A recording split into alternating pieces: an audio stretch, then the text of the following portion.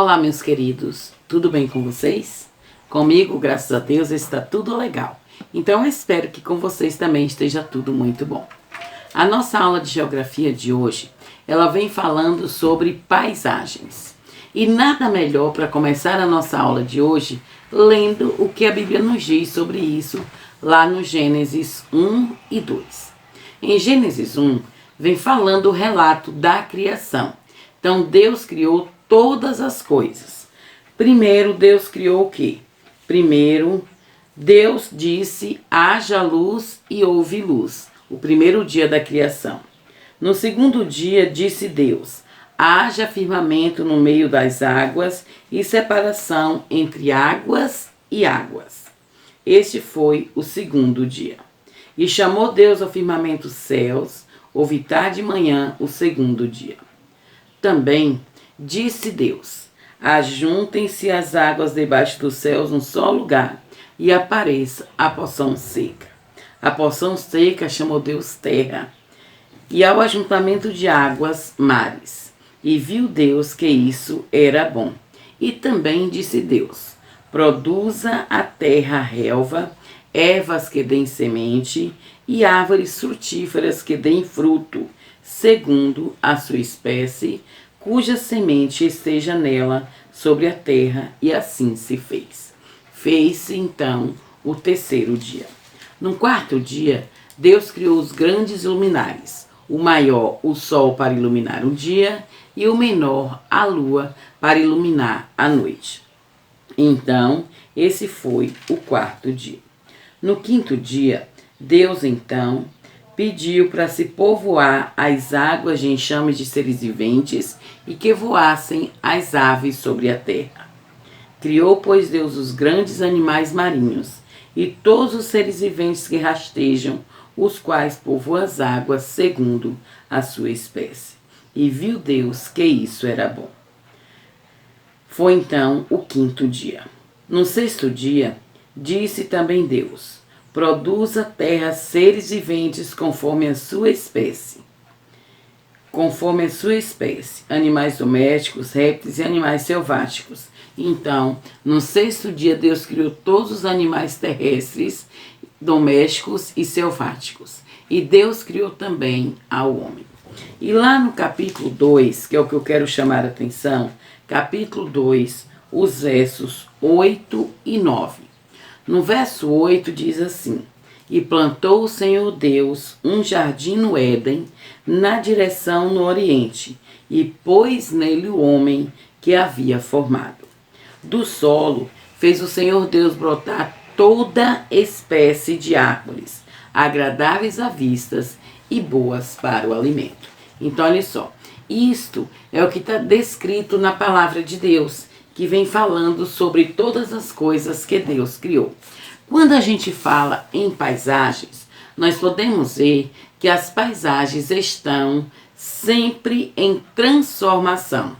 A paisagem, ela nunca é estática, cada dia ela vai sendo transformada.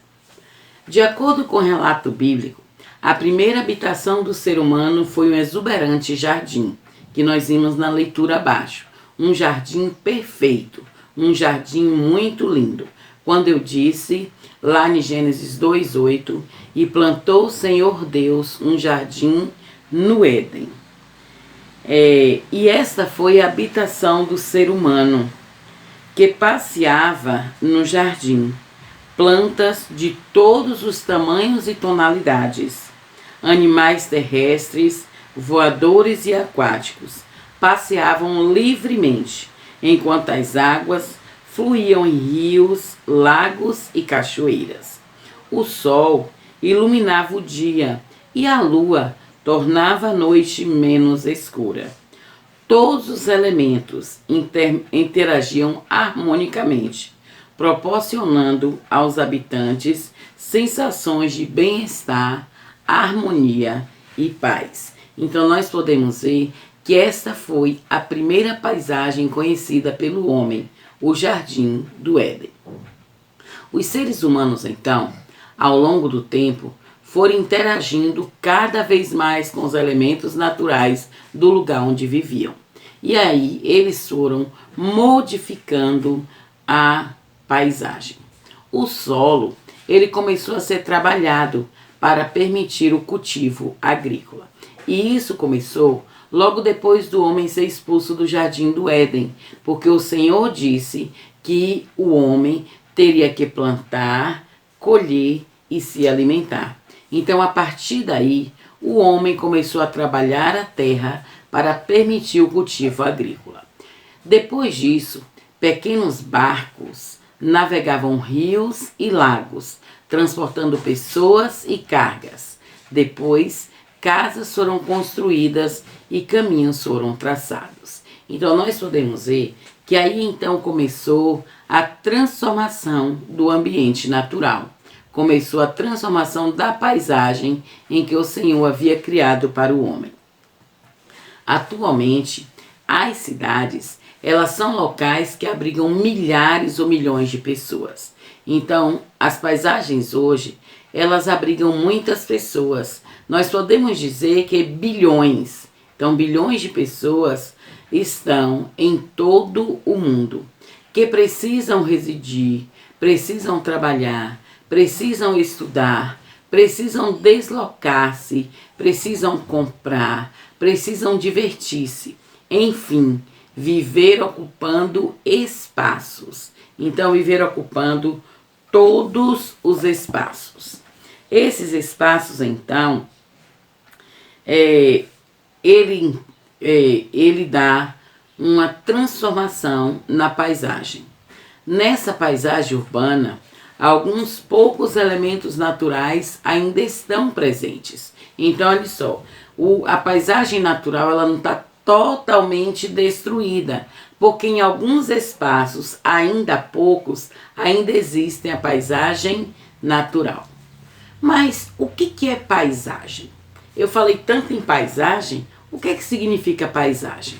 Paisagem, então, é um espaço composto por elementos naturais, como os vegetais, os animais, o solo e a água. E por elementos construídos pelos seres humanos ao longo do tempo, que também são chamadas de antrópicos, que são os prédios, as estradas, as lavouras, dentre outros. Esses espaços de vivências se encontram em constante transformação. Como eu disse no começo, a paisagem ela não é estática, ou seja, ela não está parada, ela está em constante transformação. Ela vem sendo transformada a cada dia, pois os seres humanos estão constantemente procurando aperfeiçoá-la de acordo com as suas necessidades. Necessidades que a cada dia têm surgido com o aumento da tecnologia. E aí, eles buscam os recursos na natureza, que é fonte de toda matéria-prima. Então, sabemos que toda matéria-prima, ela vem da própria natureza. A paisagem, ela pode ser classificada de 3 formas. Ela pode ser predominantemente natural, ela pode ser mista ou ela pode ser cultural. Então, essas 3, natural, mista e cultural. As paisagens naturais. Na geografia, a paisagem natural é aquela que apresenta somente a natureza. Sendo assim, a paisagem natural, ela não sofreu ação antrópica, ou seja, o homem ainda não interferiu na natureza. Então, dizemos que ela é uma paisagem natural. E como exemplo disso, nós podemos ver o quê? Uma montanha, um deserto, um lago, uma floresta. Então, alguns ambientes que ainda não foi alterado pelo homem, não sofreu ação antrópica. Paisagens mistas. É possível observar cenários em que os 2 tipos se apresentam conjuntamente, o que representa, em tese, um equilíbrio entre natureza e sociedade, que também tem muitas construções, mas também tem natureza, muitas delas preservadas. Então podemos dizer que aí é uma paisagem mista, onde tem a ação humana, mas também tem a natureza em si. Então alguns locais têm paisagens mistas. E paisagem cultural. O que é essa paisagem cultural? Os seres humanos, eles utilizam os recursos presentes no ambiente natural e alteram-no para satisfazer as suas necessidades, inserindo na paisagem objetos que caracterizam uma presença social e cultural no espaço. As cidades, as estradas, as pontes e os edifícios são exemplos de paisagens culturais. Então podemos dizer que uma paisagem cultural ela também pode ser uma paisagem mista, porque elas sofrem a interferência humana. Então, se sofreu a interferência humana, ela deixa de ser uma paisagem natural e ela passa a ser ou uma paisagem mista ou uma paisagem totalmente cultural. A arte, ela retrata a paisagem. Nós podemos ver que com o caminhar do tempo, algumas pessoas, pintores, artistas, eles retratam a paisagem. Nós vimos logo no início, quando foi descoberto o Brasil, não tinha ainda máquinas fotográficas, então o Brasil ele foi retratado com imagens. E essas imagens, eles serviram para mostrar como era o Brasil para os portugueses e para as outras terras. Mostrar como era a terra recém-descoberta. Então, muitos artistas, eles usam seus quadros para mostrar sobre a paisagem. Ao longo da história, muitos pintores, eles tiveram suas obras reconhecidas por retratar paisagens, como eu falei. Nessas obras, a própria paisagem da cidade é interpretada com pinturas em diferentes estilos. Então, cada pintor usa o seu próprio estilo para retratar uma cidade ou uma pintura. Tanto os artistas como a população em geral têm interagido com as paisagens no decorrer do tempo. Então tem essa interação entre artista e também com as pessoas que moram nas cidades.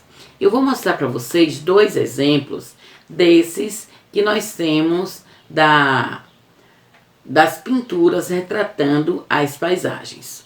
O primeiro, nós podemos ver a obra de Claude Monet, datada de 1869, que era banhistas observando o rio Sena em Paris. Então, enquanto uns estavam tomando banho, outros estavam apenas observando o rio em Paris.